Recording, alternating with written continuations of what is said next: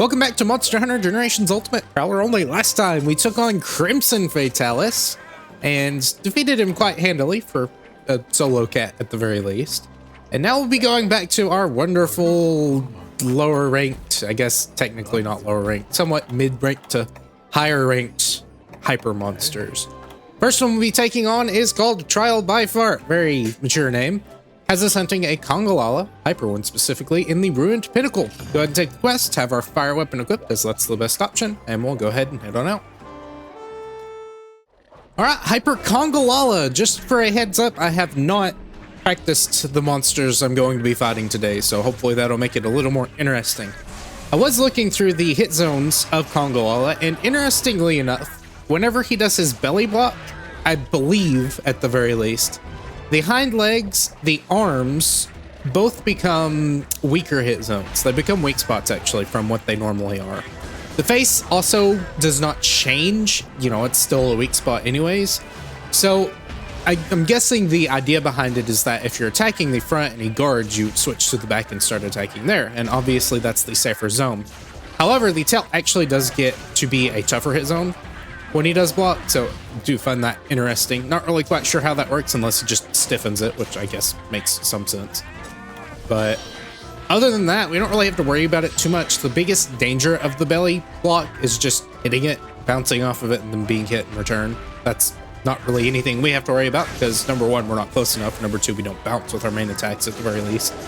Obviously, if we're too close to him, then that is something to look out for, because if I try to do like a movement swipe or something like that, then I will be bounced. But other than that, any aerial attacks we do should be perfectly fine to just kind of hit him if I so desire at that point. I haven't really been using mounts that much.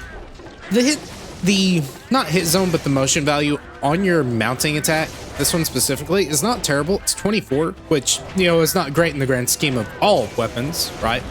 But for cats, it's not that bad. That's close to a regular boomerang toss without it being charged. So, not terrible. And obviously, if you're using a melee playstyle, it's not a bad idea to go for it, especially if you're using a fighter cat, which is naturally going for mounts anyway, so that will just kind of help you build up.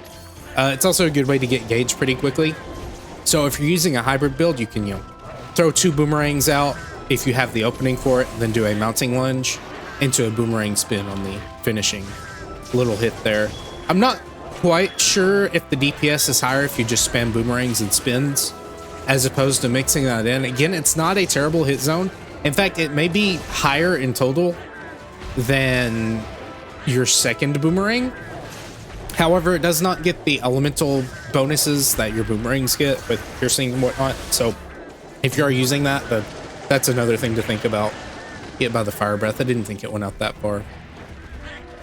Again, haven't practiced. If I had to assume, that's probably a hyper thing making it go out that far, but could be really anything. As I've always said before, you don't really fight these guys too often outside of the random quests if you are, you know, going for completion and whatnot. So really, you're gonna just have them all kind of mishmash together, because there are 3 versions of Kongolala. Maybe only 2. I don't know if there's a low rank version actually, but even then, you know, there's hyper, and then there's regular, and then there's low rank, or sorry, high rank and G rank. So they do just kind of tend to mesh together, and then it gets even worse when you have the low rank version. You know, obviously there's no hyper monsters specifically for the lower tier monsters, I believe, in low rank, but in high rank you have 2 versions, and then in G rank you have even more versions, and then if you're playing the village version, you also have another version. So they do just kind of start to blend together. Although that's a terrible thing, you know. Obviously one's faster than the other. The G rank versions are going to be faster, and hyper versions have their different mixes of speed, being somewhat slower sometimes and somewhat faster. So definitely some variety at the very least, and you will be caught off guard if you just get used to one and then you switch to another. It's not the biggest of deals because your timings aren't incredibly tight when you're using something like Adept. Obviously, you still have to have an idea of what the attack is, but especially for Prowlers, you're either completely playing out of range or just, you know, trying to get yourself out of range. Let me say it like that. If you're not using an Adept cat, if you are using an Adept cat, then really you're either aiming to get out of range like the other playstyles, or you're just using it as a parry option that really is low risk. You know, not really a lot of reward from it as well, but It's just not really changed from anything. Probably should start using Mega Boomerangs here. Certainly will add to the damage. He's doing the Fire Breath again. I don't know if he has specific drops or if it's just random every time he actually picks up a mushroom from the mushroom spot. I assume that's one over there, those red mushrooms on the right side. This will hit me and knock me out of it. I didn't know if that was going to actually knock me out of it or not. I think this is safe enough to throw, actually. If he tackles me, that's okay. Rather him get closer. You can do that. That does not apply Roar. I thought it roared. I'd be thinking of in Freedom Unite, actually. And I guess Dose, that's where he originated. It's where he kind of growls and that lets out a roar. But I didn't see the roar waves come out of that, so I guess probably doesn't happen. So that would be kind of a weird thing to take away, right? Because he doesn't naturally have a roar, which I guess is maybe the point, but I don't know. Especially since you fight him in high rank in this game. You don't have a lower rank version, so it's not like they're nerfing him for that specific purpose. And I don't even know if he has it wilds, if he roars whenever he's hungry or not. Looks like he's actually going to leave, maybe? I don't know what he's doing. Oh, he's just doing Rathian tackles, okay. It's a little belly flop. We stay at range for those because, of course, it applies Tremor. Not a very large radius of Tremor, but large enough to where you do want to run out of the way if you are trying to use Mega Boomerangs like I am right now. Feels a little hot. I think I'll get this out in time, at the very least trade. Yeah, it doesn't even try to actually hit me here. Okay, yeah, his face is not applied with Hyper, therefore the range on that beam is much less than it normally would be. Apply Piercing. Counter him from falling over. Probably just want to farm more gauge at this point. I know I have Go Fight Win for one more Mega Boomerang, and honestly, it may not matter. I doubt this is going to drag on long enough for it to be super important to, you know, get as many off as possible, but we'll see. I'll go ahead and throw this one out, at the very least.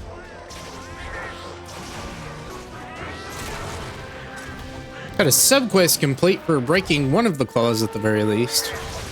Don't know if it's both of them, actually. They may share a hit zone. No, they don't. See, the one on his left, our right, is the broken one. Slightly shorter talons for what it is, but it works pretty much just like any early gen monster at the very least, and most new gen monsters as well, where if you break the foot, it'll fall over. There are very few scenarios, and I can't even remember off the top of my head which ones, but you'll notice it because you'll break a leg and the monster doesn't fall over. It's just like, why did I work for that? Granted, it's Kongawala, so even if he didn't fall over, it's not the end of the world. You get plenty of openings elsewhere, but generally it's the tougher monsters that you'll break a claw or something and they won't fall over. So maybe Teostra, that may be something, but you don't really attack Teostra's legs unless you don't really feel safe going for the face. It's very probably differing scenarios also as well, if it's old gen or new gen Teostra. Really don't remember. And also new gen Teostra also very much differs depending on the game that you're finding him in as well. If I can trip over my words enough. Go ahead and spin into the back legs. And, you know, as always, if you just do damage to the legs, eventually they'll get a trip too. So that's perfectly fine as well. Looks like he's maybe trying to jump again. Well, he's jumping, he's just not leaving. I thought he was going to try to leave. He did not. Throw this at him. Get a good flinch. Try to launch at him. Do a spin.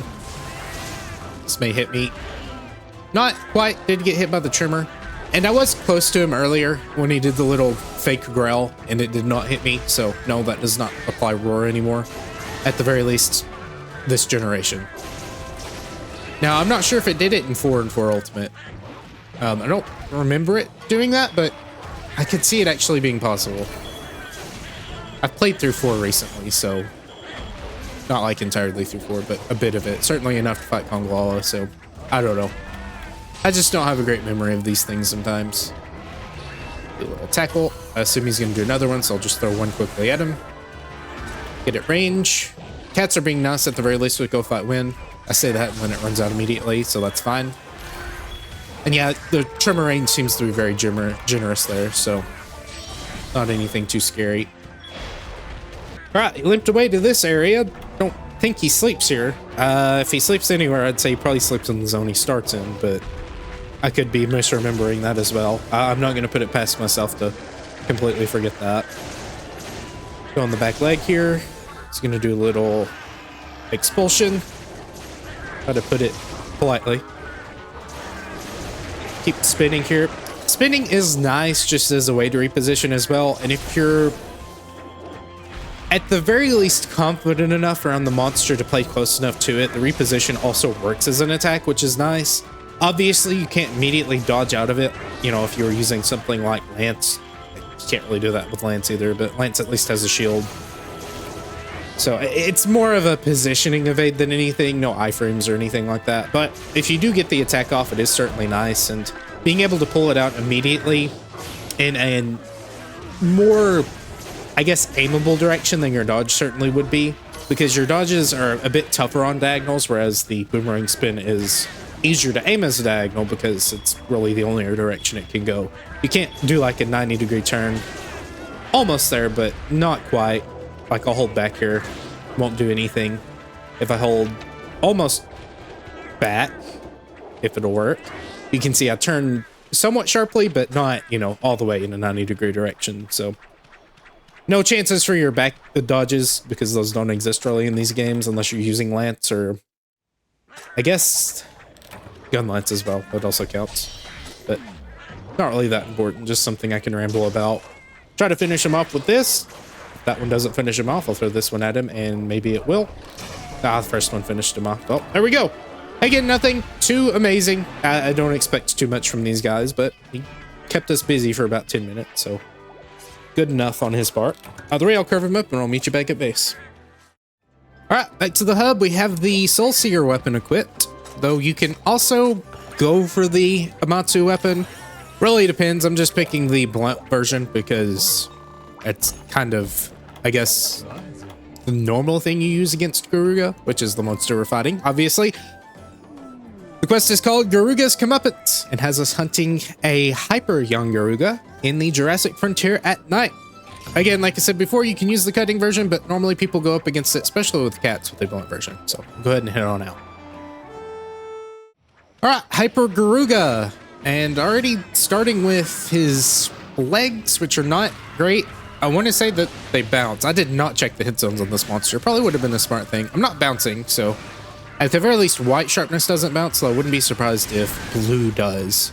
Because I don't remember the legs being a particularly great hit zone. However, I may be thinking of World Garuga, which was introduced in Master Rank, and Master Rank did some very weird stuff with hit zones because of that game's special gimmick, or the expansion special gimmick, I guess. We don't have any of that kind of stuff here, though. Would be kind of neat, I guess, if they introduced cats for that to be kind of support move to weaken a monster's body part. Make it easier. Like if it were only included for cats, that would feel like a special weapon mechanic as opposed to everyone getting it. It just kind of being a required use. But I don't know. We're not playing World. We're playing GU. And we are fighting Garuga. I think the tail is actually okay for cutting. Or sorry, blunt. I think it's for sure pretty good for cutting. You know, obviously because it's a tail. But the wings, I think, in general are the best. And then the reason that most people use, at the very least from my understanding, from my remembrance, of people using more blunt water weapons against Garuga than cutting water is because of, specifically in Generations. And this just kind of carried over into GU if you're playing with other Prowlers, at the very least in the earlier days of GU, where you're going after Deadeye and stuff like that. They would bring the blunt water weapon, because in Generations specifically, the quote-unquote best, not sure how much of the best it was, but the generally considered best quest for leveling up your cats that you're using for fighting was Deadeye Cross. And you would bring the Hyper Nibble Snarf weapon, the Nibble Blamer R, which was the blunt water weapon. Not the best one. There were better water weapons. I'd say the Amatsu was probably the best of the best there. And there wasn't really a side grade option like the Mizutsune one because Soul Seer didn't exist yet. But that one was good because KO was much stronger in Generations for cats than it was in GU, or than it is in GU, I guess. Because they really, you know, got on the nerf train and lessened the cat's abilities to do some different things. Obviously, we can get KOs here and there, but I think it was just that kind of thing where people got so used to it when they were playing as cat, so it kind of just stuck, even though it, you know, isn't that useful. You most certainly probably can get a better time with the Amatsu weapon on general Deadeyes and regular Grugas. So, you know, it's not a hard and fast rule, but it is an easy option to go for. And again, the wings are, at the very least on Deadeye's side, particularly weak to blunt, as opposed to cutting. I think they're okay for cutting, but I think blunt takes the better side of the hit zones there. I think they're actually a weak spot for the blunt weapons, which gives you an easy access if you are using weakness exploit, because, you know, the wings are fairly wide and fairly easy to hit because you can aim at them from pretty much all sides. And if you're on his front, you have a very wide span of places you can hit that are a weak spot. The tail, not so much. If you're on his backside, you know, the tail isn't as great, but you can still aim for the wings from the back, as I will try to demonstrate here. You know, you still have enough range there to actually hit that. No super deadly poison either, so it's not really that bad if you do get hit by the poison. As you can see, I'm not taking him very seriously. I can handle quite a few hits from him, even though, again, the beak does dragon damage, so I am at negative dragon resistance, and it's still not doing that much damage to me. I can thank my Palicos for that, because I do have Palico Rally up, but at this point in the game, your raw defense is carrying you for these types of monsters. You know, it's going to be when you get to the flagships and stuff like that. And Gurga used to be kind of on that level, and somewhat, at the very least in the quest rankings he is. Remember, this is still G4, but that's because he's a G3 monster technically that is put into G4 because the hyper version goes into the higher spot, unless it's a G4 monster, and then it just stays in G4 because that's the highest rank at the very least. So it does kind of feel weird. You technically are fighting a somewhat lower ranked monster compared to the G4 hyper monsters from the G4 monsters specifically, if that makes any sense at all. But, you know, I mean, there's not really much else you could do. It wouldn't make sense to have them with the G3 hyper monsters, because then that would still just kind of offset everything, and I get some hits off there. At the very least, that does still deal damage. It will not take him out, but it will deal, or still deal damage, if I can speak. Got a sub-quest complete. Not quite sure what that was. I broke the face in at least 2 other parts. Obviously, the face isn't that hard to break, so I'm going to say that's probably double wing break, if I had to guess. But it looks like his left one isn't broken, so maybe it's not the wing break. Maybe it is just the face being broken twice. I think his right wing is broken, but not his left one. Certainly does not look broken. That one looks broken. Okay. And it may just be a break 2 parts, but I would assume it's the face, certainly, because they don't normally break apart. Break. Well, when I say maybe they do, it's like wound something's face and trunk, like Gammoth or something like that. So I guess maybe they can. Maybe they have the technical capabilities of doing that in this game. But I also broke the other wing while I was rambling there, so that's cool. Got a KO. That's good. This is not really an amazing fight for Mega Boomerang openings. It's not a particularly great one for Feline Comet either, because the only thing you're really going to be able to hit is the face, unless you're trying to go for topples on the legs.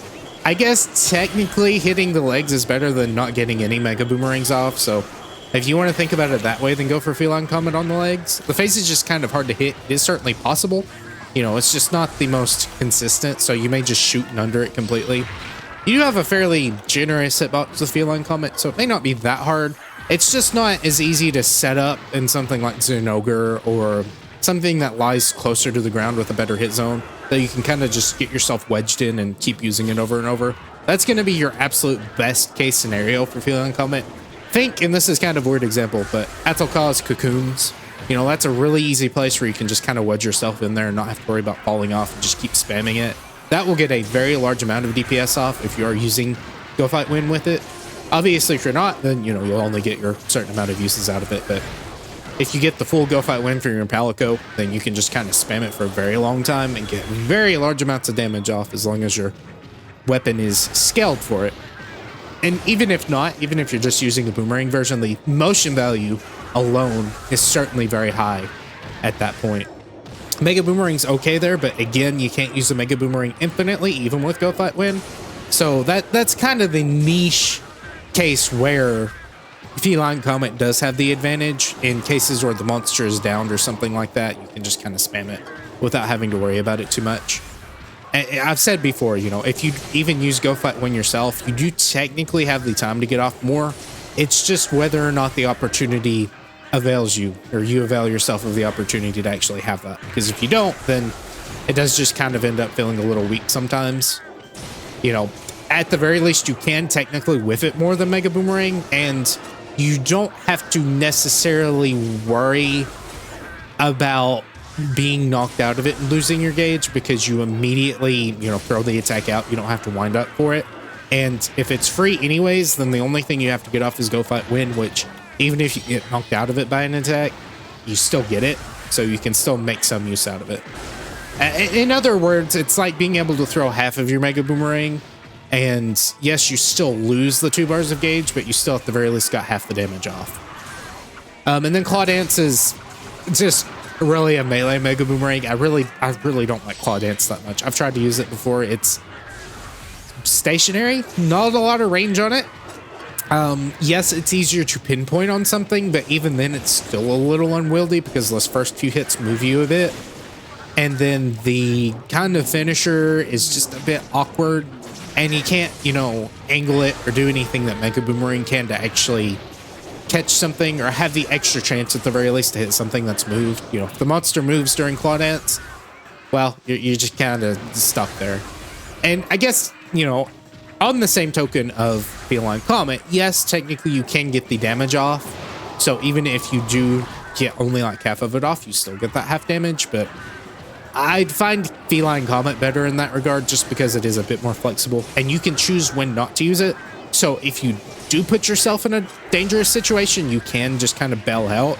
And even using the move itself will help you bail out because it gives you a lot of distance, as opposed to Claw Dance, which really doesn't do much in that regard. And even then, the motion value from what I remember on Claw Dance isn't particularly great. It is good that it does combo with weapon upgrade, I think, because that boosts your physical raw and affinity, but not your special. So that's how that works anyways.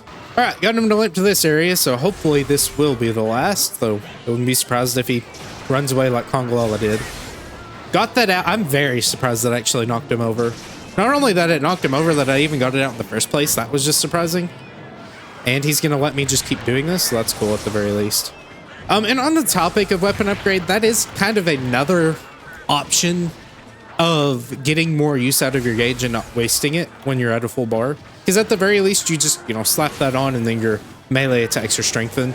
So that is a nice option. I wish it were applicable to Boomerang, because that would be something else you can use your gauge on. Especially in these fights where you don't feel as safe to use Mega Boomerang. Or you could even just, you know, trade Go Fight Win for it if you really wanted to.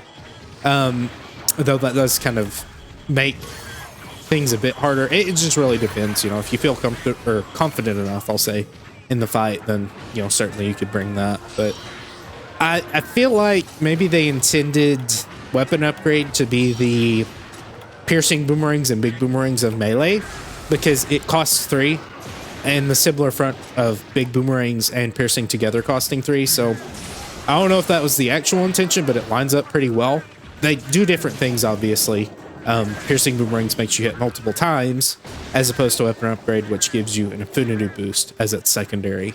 You know, big boomerangs and weapon upgrade both just kind of boost the strength of the attacks, though I do believe that they do it in different ways. Big boomerangs boost your motion values, while weapon upgrade just boosts your raw, which, you know, has different effects on the game system, if I can say it in that way. There we go. After a bit more fighting, he finally goes down. Certainly put up a bit more of a fight, obviously, than Kongolala. Not that I expected anything less, because he is in a higher grade, at the very least, and he's a Garuga, not a Kongolala. But honestly, taking that into account, he didn't survive that much longer than Kongolala did. So either way, I've curved him up, and I'll meet you back at base. All right, let's go ahead and look at those weapons. Probably a fairly good one from the Garuga one, at the very least. Certainly won't be the best of the best, but maybe a side grade, or at the very least a lower upgrade for stuff that hasn't reached Deadeye, at the very least, if your save file has it. 20% affinity is pretty nice on the boomerang side, and since it's a boomerang weapon, that's what we'll be covering. 189 on the boomerang attack, which is okay. You know, you can tell it's kind of a Nargacuga adjacent with poison element. 24, which is okay as well. Melee side, it's not great. 171, so even less. Still the same amount of affinity and 20 poison elements, only 4 less. You're not going to be using that. There are better options for melee poison. Rathian, probably. Rathian XR or Cross R. And then Dread Queen at that point. So, yeah. If you want to make it for your cats while you're leveling up and stuff like that, it's not terrible. But you're probably fine just going with the regular Garuga one. As for the conga symbols Cross R, melee attack has 210, which is okay, especially at the point you find it in. G3 is not the latest, but it's also not too terribly early. So if you do end up fighting a Hyper Kongolala there, it may take you a while, but it's not going to be particularly difficult because it's still Kongolala. The 16 poison element, not going to add much to what you're doing. You may get a single proc if you're being particularly aggressive with melee attacks. Has 0% affinity, so that's not helping you there. And certainly the blue sharpness is really not helping, but for probably how early you can get it, it's maybe okay. I can't really recommend it though, because they're just flat out better options anyways. You might as well just consider it a raw weapon because the poison's not going to be doing much in that regard. You know, like I said before, just use Rathian if you want to use melee poison weapon. Probably has white sharpness and better raw. If not, you know, even slightly less, the white sharpness would certainly make up for that. And poison will certainly be better on a Rathian weapon because she's naturally a poison monster, as opposed to Kongolala, who has to eat stuff to get it. As for the boomerang side, 190, which is worse. Again, kind of interestingly, not completely the worst thing in the world, but not remarkable. It's kind of bad in a mediocre way, not in a like, oh, it's so terrible way. So certainly not using it for the boomerang side anyways. We just looked at Garuga, which the regular version probably has better stats than this on the boomerang side. For the armor, you have 146 defense on the Garuga Hood Cross R, so you know, it's just kind of there. Nothing special on the resistance department either. So if you want to make it, as I always say, just make the regular version if you like the looks of it. And for the Conga version, you're just going to have 10 less defense and surprisingly 10 dragon resistance, which is interesting. I certainly would not be making it for the looks, but some people want a funny monkey cat, which I guess can be pretty cute sometimes. And also I did, I guess, forget to go over the Fatalis Crimson Helm, which has 166, which is slightly higher than the Dragon Helm from regular Fatalis. So certainly an interesting option. Definitely on your raw side, you're going to have really good options there. At the same time, you also have deviant versions from the higher leveled ones, which are the same. So honestly, the only reason I think you would be using this is if the particular fire deviant armor that you would want to make is not at the level where you can make it. So you would rather just go for Crimson Fatalis because only getting a certain HR level is going to be easier than leveling up the particular deviant you want to, unless you're, you know, with friends or something like that. But it's just really a case-by-case basis. Certainly it's not a bad option, and obviously, like I said before, if you like the looks, go ahead and make it for that, because there's no other option in this case. Either way, there we go. A couple more hyper monsters down, and I believe we're done with the G3 hypers. And then we'll have just the rest of the G4 ones. And like I said before, this is not all of them. You have to fight them in their particular regular version in G rank to get the hyper version unlocked. So there are still some. I may go over them at some point. I may not. But I'll just go over what we have left, which I think is 3 of the single ones. And then I'm sure you've seen, but there are also multi ones, which I don't feel like I need to go over because I think you get enough of it with the single version. The challenge of these is just you're fighting multiples of them at once, so your element's weakened and, you know, they just drag on longer because overall there's more health than a single monster would have. Either way, thank you for watching. Hope you enjoyed. If you did, please consider leaving a like and please consider subscribing. Until next time, bye.